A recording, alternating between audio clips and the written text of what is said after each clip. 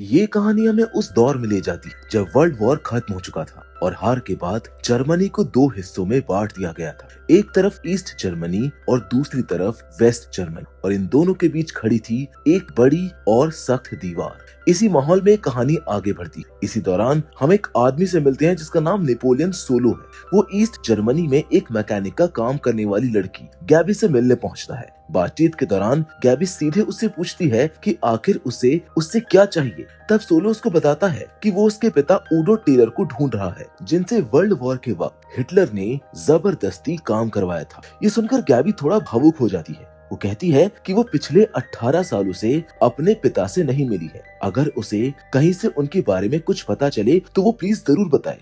तब सोलो आगे बताता है कि युद्ध के बाद उडो अमेरिका चले गए थे, जहां उनकी जिंदगी ठीक चल रही थी, लेकिन कुछ वक्त पहले वो अचानक गायब हो गए। आखिरी बार उनको रोम में देखा गया था। और इतना ही नहीं, सोलो ये भी इशारा करता है कि गैबी का अंकल रूडी भी इस पूरे मामले में कहीं न कहीं शामिल है, इसलिए अब वो गैबी की मदद से उसके पिता तक पहुंचना चाहता है। इसके बाद सोलो अचानक खिड़की की तरफ इशारा करता है। वो कहता है कि बाहर देखो, एक रूसी जासूस हमको देख रहा है। असल में ये वही आदमी था जो सोलो के देश में घुसते ही उसके पीछे लग गया था। सोलो गैबी को समझाता है कि अब उसके पास सिर्फ दो ही रास्ते हैं, या तो वो अभी उसके साथ इस देश से निकल जाए, या फिर थोड़ी देर के बाद वही रूसी जासूस उसको पकड़ लेगा और उससे पूछताछ करेगा कि एक अमेरिकन स्पाई उससे मिलने क्यों आया था। थोड़ा सोचने के बाद गैबी फैसला करती है कि यहाँ से निकल जाना ही बेहतर होगा, क्योंकि रूसी एजेंट्स के हाथों मरने से अच्छा भाग जाना होता है। इसके बाद गैबी अपनी गाड़ी निकालती है और सोलो पिछली सीट पर छुप जाता है। कुछ ही देर में जब वो एक ट्रैफिक सिग्नल पर रुकते हैं, तभी वहाँ पर वही रूसी जासूस उनकी गाड़ी के पास आता है और गैबी को शक की नजर से घूरने लगता है। अब जैसे सोलो उसकी हरकतें देखता है, वो समझ जाता है कि उसके दूसरे हाथ में जरूर बंदूक है। सोलो धीरे से गैबी से कहता है कि जैसी गोली चलने की आवाज आए तुम तुरंत गाड़ी भगा देना। और अगले ही पल सोलो तेजी से उठता है और उस रूसी जासूस पर 2 गोलियां चला देता है, लेकिन वो जासूस भी काफी फुर्तीला निकलता है। वो बच जाता है। अब गैबी पूरी ताकत से गाड़ी दौड़ाने लगती है। इसके बावजूद वो रूसी एजेंट उनका पीछा नहीं छोड़ता है। जहां आगे चलकर गैबी एक कंस्ट्रक्शन साइट का फायदा उठाती है और कुछ सेकंड के लिए उसको चकमा देने में कामयाब हो जाती है। असल में वो एक दूसरी सड़क में मुड़कर अपनी गाड़ी पार कर देती है, जबकि रूसी जासूस सीधे आगे निकल जाता है। सोलो को अंदाजा था कि वो जासूस वापस जरूर आएगा, इसलिए गाड़ी से उतरने से पहले वो गैबी को पूरा प्लान समझा देता है। थोड़ी ही देर में वो रूसी एजेंट बंदूक लिए अपनी गाड़ी पीछे करता हुआ लौट आता है, जबकि गैबी चुपचाप फुटपाथ के पास छुप जाती है। लेकिन उसकी परछाई जासूस की नजर में आ जाती है और वो फिर से उनके पीछे लग जाता है। तभी पीछे से सोलो निकलता है और सीधे ड्राइवर पर 2 गोलियां चला देता है। इससे रूसी जासूस की गाड़ी कंट्रोल से बाहर होकर आगे टकरा जाती है। एक पल के लिए सोलो को लगता है कि उसने उसको मार दिया है। अब इसी मौके का फायदा उठाकर गैबी तुरंत गाड़ी मोड़ती है और सोलो को अपने साथ बैठा लेती है, लेकिन असल में वो जासूस अपनी सीट नीचे करके बच चुका था। हालांकि गाड़ी टकराने की वजह से अब वो पैदल ही उनका पीछा करने लगता है। वो पूरी जान लगाकर उनकी गाड़ी रोकने की कोशिश करता है। गैबी घबराकर सोलो से कहती है कि इसको गोली मार दो, लेकिन सोलो मजाकिया अंदाज में कहता है कि उसका मन नहीं है। वो देखना चाहता है कि ये आदमी आखिर क्या करता है। तभी वो रूसी जासूस गाड़ी के पिछले हिस्से को ही उखाड़ देता है, लेकिन तब तक सोलो और गैबी उससे काफी आगे निकल चुके होते हैं। इसके बाद सोलो गैबी से कहता है कि सामने जो बहुत पतली सी गली दिख रही है उसमें गाड़ी घुमा दो। गैबी थोड़ा घबरा कर कहती है कि गली बहुत पतली है, लेकिन फिर भी वो सोलो की बात को मान लेती है और गाड़ी उस तरफ मोड़ देती है और अगले ही पल गाड़ी बीच में जाकर फंस जाती है। तभी सोलो उसको देखकर कहता है कि ऐसे क्यों देख रही हो। यहीं से ये कहानी और भी दिलचस्प मोड़ लेने वाली होती है। बिल्कुल सही जगह पर उनकी एंट्री होती है। फंसी हुई गाड़ी छोड़कर सोलो और गैबी बिना वक्त गवाए गाड़ी की खिड़की से कूदकर सामने वाली इमारत की खिड़की में घुस जाते हैं। अंदर पहुंचते ही वो दोनों सीढ़ियां चढ़ते हुए तेजी से छत की तरफ भागते हैं। वहीं दूसरी ओर रूसी जासूस भी हार मानने वाला नहीं था। वो लगातार उनका पीछा करता रहता है। इसी दौरान दीवार के उस पार एक ट्रक आकर रुकता है। सोलो इशारे में ड्राइवर को सिग्नल देता है और इधर से एक मोटी रस्सी फेंकी जाती है। उसी रस्सी के सहारे सोलो और गैबी दीवार के ऊपर चढ़कर दूसरी ओर निकल जाते हैं, लेकिन जैसे ही वो रूसी जासूस रस्सी पकड़कर ऊपर चढ़ता है, सोलो ट्रक को थोड़ा पीछे करवाता है। इससे रस्सी ढीली पड़ जाती है और वो जासूस दीवार के बीच में ही लटक कर फंस जाता है। इसके बाद कहानी थोड़ा पीछे जाती है, जहाँ पर हमें उस रूसी जासूस के बारे में जानकारी मिलती है। उसका नाम इलिया होता है और उनका सीनियर ओलेग उसे सोलो के बारे में समझा रहा होता है। ओलेग बताता है कि सोलो अमेरिका का सबसे खतरनाक और चालाक जासूस है। रूस ने उसको कई बार पकड़ने की कोशिश की, लेकिन हर बार वो किसी न किसी तरह से बच निकलता है। अगली सुबह एक पब्लिक वॉशरूम में सोलो की मुलाकात उसके सीनियर सैंडर्स से होती है। सैंडर्स उसको एक नई मिशन फाइल के बारे में बता रहा होता है। तभी अचानक इलिया पीछे से आकर सोलो को चौंका देता है और दोनों के बीच तुरंत हाथापाई शुरू हो जाती है। सोलो लगभग बेहोश होने ही वाला होता है कि तभी ओलेग आकर इलिया को रोक देता है। इस पूरी लड़ाई को देखकर सैंडर्स बिल्कुल भी हैरान नहीं होता। कुछ देर के बाद ये चारों एक रेस्टोरेंट में बैठते हैं। वही सैंडर्स असली मिशन का खुलासा करता है। वो बताता है कि गैबी का अंकल रूडी कुछ नाजी लोगों के साथ मिलकर काम कर रहा है और शक है कि वो गैबी के पिता से न्यूक्लियर हथियार बनवाना चाहता है। जिस कंपनी में रूडी काम करता है उसका मालिक अलेक्जेंडर नाम का एक अमीर आदमी है, जो ऊपर से काफी भोला है, लेकिन असल में असली दिमाग उसकी पत्नी विक्टोरिया का है, जो पर्दे के पीछे से सब कुछ कंट्रोल कर रही है। अमेरिका और रूस दोनों ही नहीं चाहते कि ऐसे लोगों के हाथ में कोई न्यूक्लियर हथियार जाए, इसलिए पहली बार दोनों देशों के एजेंट्स को साथ मिलकर काम करना होगा। प्लान ये होता है कि गैबी की मदद से उसके अंकल के जरिए कंपनी के अंदर घुसा जाएगा, उसके पिता को ढूंढा जाएगा और फिर सबको सुरक्षित बाहर निकाला जाएगा। इसके बाद सोलो और इलिया को अकेला छोड़ दिया जाता है ताकि वो आपस में तय कर सके कि साथ कैसे काम करना है, लेकिन दोनों की आपस में बिल्कुल नहीं बनती। दोनों एक दूसरे की कमजोरियां निकालते हैं और बात जल्द ही बहस में बदल जाती है। गुस्से में इलिया वहाँ से चला जाता है। अगले दिन सोलो गैबी को कपड़ों की शॉपिंग पर ले जाता है, जहाँ इलिया को देखकर गैबी चौंक जाती है।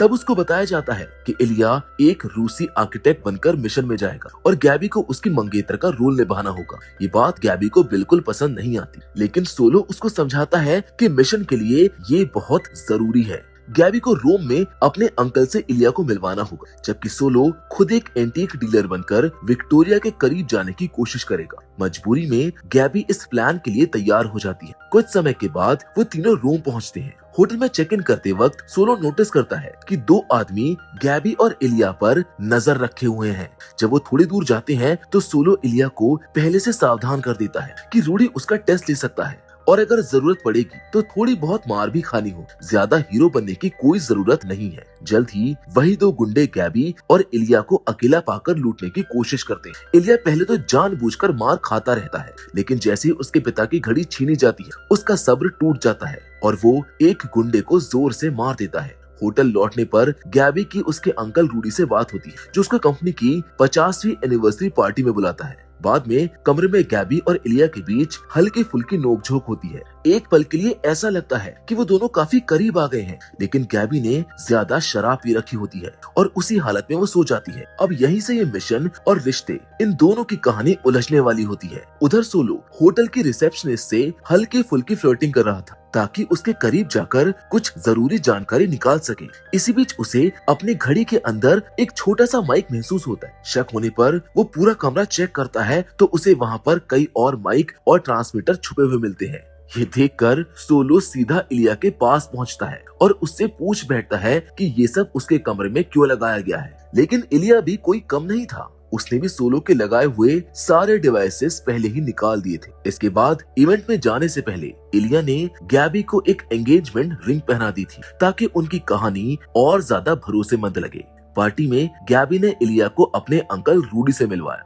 रूडी ने उनसे पूछा कि दोनों की मुलाकात कैसे हुई, जहां बातचीत के दौरान रूडी ने उसको कुछ ऐसी बातें कह दी जो इलिया को बिल्कुल भी पसंद नहीं आई और गुस्से में वो वहां से चला गया। लेकिन गैबी ने खुद को संभालते हुए बातचीत को मिशन पर रखा और अपने पिता का जिक्र किया। उसने कहा कि वो शादी से पहले अपने पिता को ढूंढना चाहती है। इस पर रूडी ने साफ कह दिया कि उसको भी नहीं पता कि गैबी के पिता कहाँ पर है। वहीं दूसरी ओर सोलो एक आदमी से टकराने का नाटक करता है और उसका इनविटेशन चुरा लेता है। बाद में वो किचन के रास्ते इवेंट में घुस जाता है, लेकिन एक गार्ड उसको रोक लेता है और इनविटेशन दिखाने को कहता है। सोलो जानबूझकर ऐसा दिखाता है जैसे वो भूल गया हो और गार्ड को बाहर चलने को कहता है। बाहर दोनों के बीच हल्की हाथापाई होती है। सोलो एक जोरदार घूंसा जानबूझकर खा लेता है और फिर से इनविटेशन दिखा देता है। ये देखकर विक्टोरिया को बुरा लगता है और वो खुद सोलो को सहारा देकर माफी मांगने लगती है।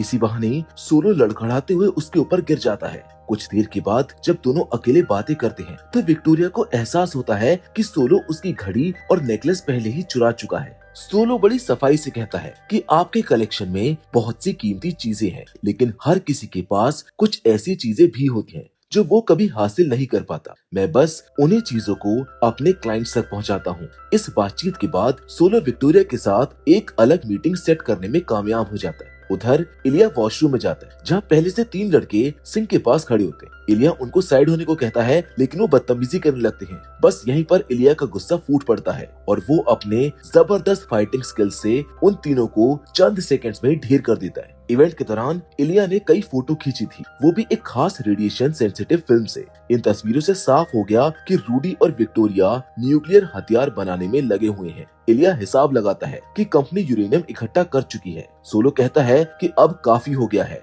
बाकी बातें कल करेंगे, और वो सोने की बात करता है। लेकिन कुछ ही देर के बाद हम सोलो को कंपनी की फैक्ट्री के बाहर देखते हैं, जहां पर वो छुपते छुपाते अंदर घुसने की कोशिश कर रहा होता है।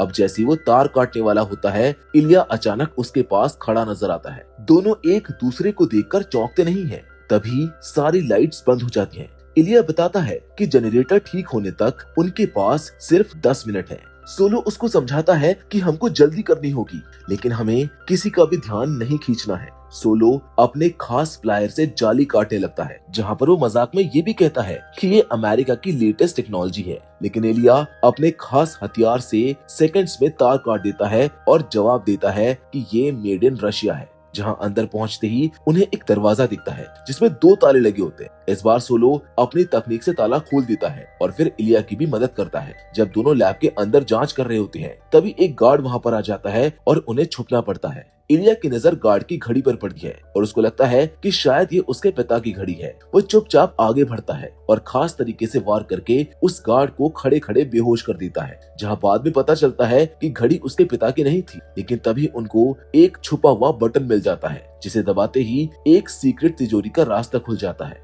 चोरी के काम में माहिर सोलो तिजोरी खोलने लगता है, जबकि इलिया बैग पकड़कर साइड में खड़ा रहता है। कुछ ही सेकंड्स में सोलो तिजोरी खोल देता है और कॉन्फिडेंस के साथ कहता है कि इसमें कोई अलार्म नहीं है। लेकिन तभी अचानक से जोर जोर से अलार्म बजने लगता है। ऊपर से तिजोरी के अंदर भी कुछ खास नहीं मिलता, इसलिए मजबूरी में वो दोनों खिड़की से कूदकर भागते हैं और मोटर बोट में बैठकर निकलने की कोशिश करते हैं। लेकिन बाहर निकलने से पहले ही सारे गेट बंद कर दिए जाते हैं और हथियारों से लैस दुश्मन बोट्स उनका पीछा करने लगती हैं। ये देखकर सोलो समझ जाता है कि इलिया बच नहीं पाएगा। वो पानी में कूद जाता है और चुपचाप तैरकर एक ट्रक में चढ़ जाता है। वहाँ बैठकर वो आराम से ड्राइवर का सैंडविच खाते हुए चूहे बिल्ली का खेल देखता रहता है।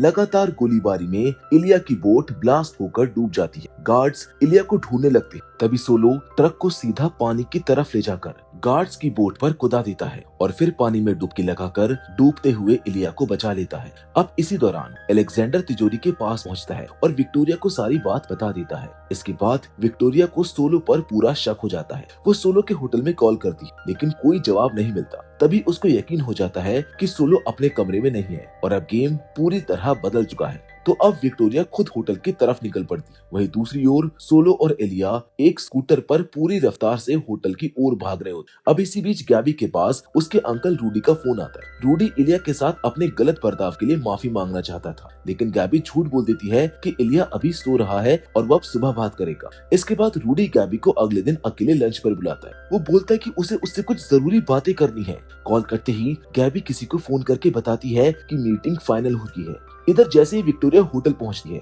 उसी वक्त सोलो और इलिया भी पीछे के रास्ते से होटल में दाखिल हो जाते हैं। रिसेप्शन पर विक्टोरिया जैसे ही सोलो के कमरे की चाबी लेने वाली होती है, उससे पहले ही दोनों अपने अपने कमरे में पहुंच जाते हैं। थोड़ी देर के बाद विक्टोरिया सोलो के कमरे का दरवाजा खोलती है, लेकिन तभी सोलो उसको बाथरूम से बाहर आता हुआ दिख जाता है। ये देखकर वो चुपचाप अपने बॉडीगार्ड्स को इशारा करती है कि बिना कुछ कहे यहाँ से निकल जाओ, जिसके बाद वो फिर से दरवाजा बंद कर देती है। नीचे इलिया बेचैन हो रहा होता है कि कहीं सोलो किसी मुसीबत में तो नहीं है, इसलिए वो अपना एक डिवाइस निकालकर सोलो के कमरे में लगे ट्रांसमीटर से उनकी बातचीत सुनने लगता है। लेकिन कुछ अजीब आवाजें सुनते ही वो डिवाइस को बंद कर देता है और सोचता है कि शायद सोलो अब संभाल लेगा। अगले दिन जब गैबी रूडी के साथ लंच पर जाने के लिए तैयार होती है तो इलिया चुपके से उसकी ड्रेस के अंदर एक ट्रैकर लगा देता है। गैबी के चेहरे पर घबराहट साफ दिख रही होती है तो इलिया उसको हौसला देता है कि सब कुछ ठीक होगा। जिसके बाद रूडी गैबी को एक सुनसान प्राइवेट जगह पर ले जाता है जहां इलिया दूर से सब कुछ सुन और देख रहा होता है। वहीं गैबी को अलेक्जेंडर के सामने पेश किया जाता है, लेकिन जैसे ही गैबी अलेक्जेंडर से मिलती है कहानी अचानक से पलट जाती है। गैबी सोलो और इलिया दोनों को धोखा देते हुए पूरा प्लान बता देती है कि वो उसके पिता और उनके रिसर्च तक कैसे पहुंचना चाहते थे। वो अपनी थाई पर लगा ट्रैकर भी दिखा देती है और कहती है कि उसका मंगेतर बना हुआ रशियन स्पाई यहीं कहीं पर छुपा होगा। जंगल में छुपा इलिया ये सुनकर सन्न रह जाता है और वो तुरंत वहाँ से निकलने की कोशिश करता है। उसी समय रूडी भी किसी को कॉल करने के लिए वहाँ से हट जाता है। अब इसी दौरान सोलो विक्टोरिया के ऑफिस पहुँच चुका होता है। विक्टोरिया उसे कहती है कि वो 5 मिनट में लौटेगी, तब तक वो अपने लिए एक ड्रिंक बना ले। लेकिन थोड़ी ही देर में सोलो समझ जाता है कि उसकी ड्रिंक में कुछ मिलाया गया है। वो जानबूझकर सोफे पर लेट जाता है ताकि बेहोश होकर गिरने से चोट ना लगे। कुछ समय के बाद जब उसको होश आता है तो वो खुद को एक कुर्सी से बंधा हुआ पाता है। विक्टोरिया उसको बताती है कि वो चाहती तो उसको धीरे धीरे मार सकती थी, लेकिन अभी उसके पास और जरूरी काम है, इसलिए वो उसको रूडी के हवाले कर रही है जो लोगों को टॉर्चर करने में माहिर है। विक्टोरिया के जाते ही रूडी अपने बीते हुए दर्दनाक बचपन की कहानी सुनाने लगता है। वो बताता है कि बचपन में उसकी शक्ल और कद को लेकर लोग उसका मजाक उड़ाते थे। वही दर्द धीरे धीरे उसको एक साइको बना गया जिसे दूसरों को तकलीफ देकर खुशी मिलती थी। वो हिटलर के दौर में कैदियों को टॉर्चर करता था और जिन जिन लोगों को उसने मारा था उनकी तस्वीरें वो अपनी स्क्रैप बुक में संभाल कर रखता था। अब रूडी एक खाली पन्ना निकालकर सोलो से कहता है कि अगली फोटो तेरी होगी। इसके बाद वो सोलो को इलेक्ट्रिक शॉक देना शुरू कर देता है और उसकी तकलीफ देखकर काफी खुश होता है। लेकिन तभी ऐन वक्त पर इलिया सोलो की लोकेशन ट्रैक करते हुए वहाँ पर पहुँच जाता है। सोलो को लगता था कि उसने सारे ट्रैकर्स हटा दिए हैं, लेकिन इलिया ने चुपचाप एक ट्रैकर उसके जूते में छुपा रखा था। अब पूरी बाजी पलट चुकी होती है। रूडी जो अब तक शिकारी बना हुआ था वो खुद शिकार बन जाता है। वो डर के मारे सोलो और इलिया से अपनी जान की भीख मांगने लगता है और सब कुछ उगल देता है। वो बताता है कि एक न्यूक्लियर हथियार पहले ही तैयार हो चुका है और अगले दिन वो विक्टोरिया को उसके प्राइवेट आइलैंड पर मिल जाएगा। अब रूडी को मशीन से बांधकर वो दोनों आपस में सोचते हैं कि उसको जिंदा छोड़ दे या फिर मार दे।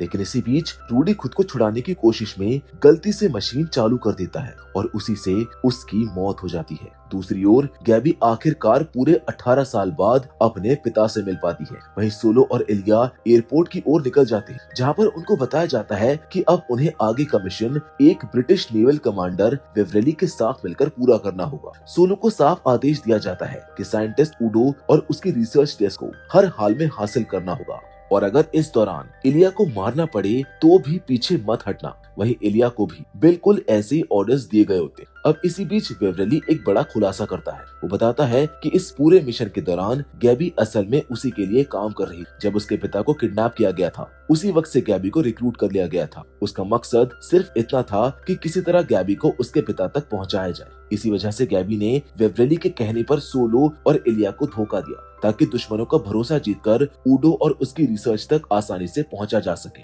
उन्होंने ये सारी जानकारी बहुत सोच समझकर शेयर की थी ताकि इलिया को भागने के लिए थोड़ा सा वक्त मिल जाए। दरअसल उन्हें पूरा भरोसा था कि इलिया गैबी को दी गई उस एंगेजमेंट रिंग के जरिए सब कुछ सुन रहा होगा। अब प्लान साफ था, ब्रिटिश नेवी को आइलैंड पर कब्जा करना था, जबकि सोलो और इलिया का असली टारगेट था न्यूक्लियर हथियार पर कंट्रोल पाना और साथ ही में उडो व गैबी को सुरक्षित बाहर निकालना। उधर आइलैंड पर उडो ने अपने काम में गैबी की मदद मांगी और विक्टोरिया ने बिना देर किए उसकी इजाजत दे दी। लैब के अंदर जाकर पता चलता है कि वहाँ पर एक नहीं बल्कि 2 हथियार मौजूद हैं, एक नॉर्मल मिसाइल और दूसरा न्यूक्लियर। साइंटिस्ट समझाता है कि दोनों आपस में इस तरह जुड़े हैं कि अटैक के वक्त कोई पहचान ना सके कि असली हथियार कौन सा है। इसी दौरान गैबी जानबूझकर एक पेन गिरा देती जिससे सबका ध्यान भटक जाता है और उडो को मिसाइल का एक जरूरी पार्ट बदलने का मौका मिल जाता है। लेकिन तभी विक्टोरिया वहाँ पर आ जाती है और उडो को साफ चेतावनी देती है कि ज्यादा चालाकी ना करे। वो कहती है कि अगर अपनी बेटी को जिंदा देखना चाहता है तो जो पार्ट बदला है उसको तुरंत वापस सही जगह लगा दे। इतना कहकर वो गैबी को अपने साथ ले जाता है, जहाँ कुछ ही देर में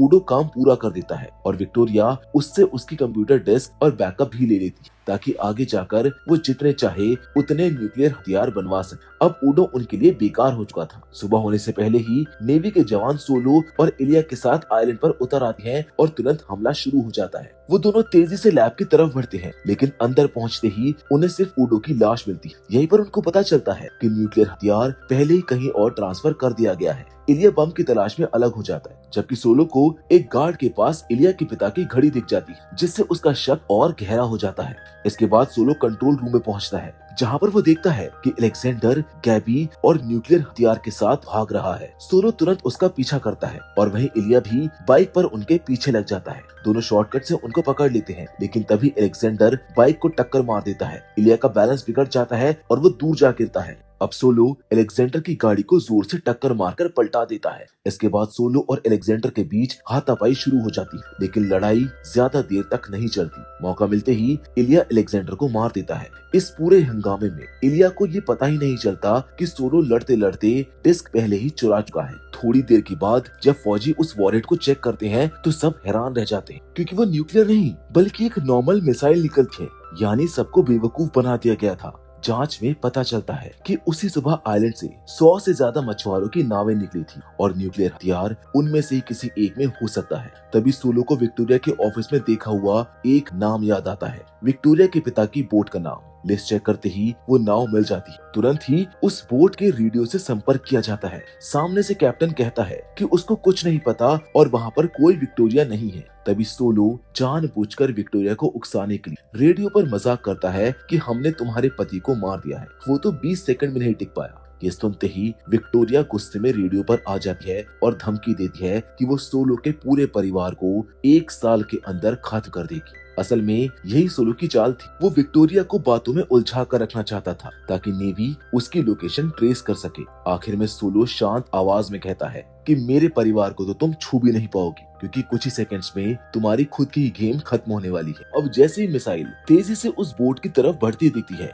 बोट पर मौजूद क्रू मेंबर्स घबरा कर एक एक करके समुद्र में कूदने लगते। विक्टोरिया ऊपर की तरफ देखती है और अगले ही सेकंड वो मिसाइल उस पूरी बोट को तबाह कर देती है। रात की बात तो ये थी कि न्यूक्लियर हथियार अभी भी एक्टिवेट नहीं हुआ था, इसलिए किसी बड़े विस्फोट का खतरा नहीं था और सब कुछ वहीं पर खत्म हो गया। जिसके बाद अगली सुबह हम होटल में पहुंचते हैं, जहां गैबी इलिया से माफी मांगती और कहती है कि उसने अपना पूरा प्लान उससे छुपाया था, जो उसको नहीं करना चाहिए था। जहां इलिया भी शांति से जवाब देता है कि वो उसकी मजबूरी समझ सकता है। अब गैबी फिर से उस एंगेजमेंट रिंग को लौटाने की कोशिश करती है, लेकिन इलिया मुस्कुराते हुए वही अंगूठी दोबारा उसकी उंगली में पहना देता है और कहता है कि इसे एक याद के तौर पर अपने पास रखो। माहौल थोड़ा इमोशनल हो जाता है और वो दोनों करीब आते हैं, लेकिन तभी एक फोन कॉल सब कुछ रोक देता है। उस कॉल में इलिया को साफ ऑर्डर मिलता है कि न्यूक्लियर रिसर्च वाली डिस्क सोलो के पास है और उसे वो डिस्क हासिल करके अमेरिकी जासूस को मारना होगा। ये सुनकर इलिया अंदर से टूट जाता है, क्योंकि सोलो ने उसकी जान बचाई थी और अब वो उसे सिर्फ एक साथी नहीं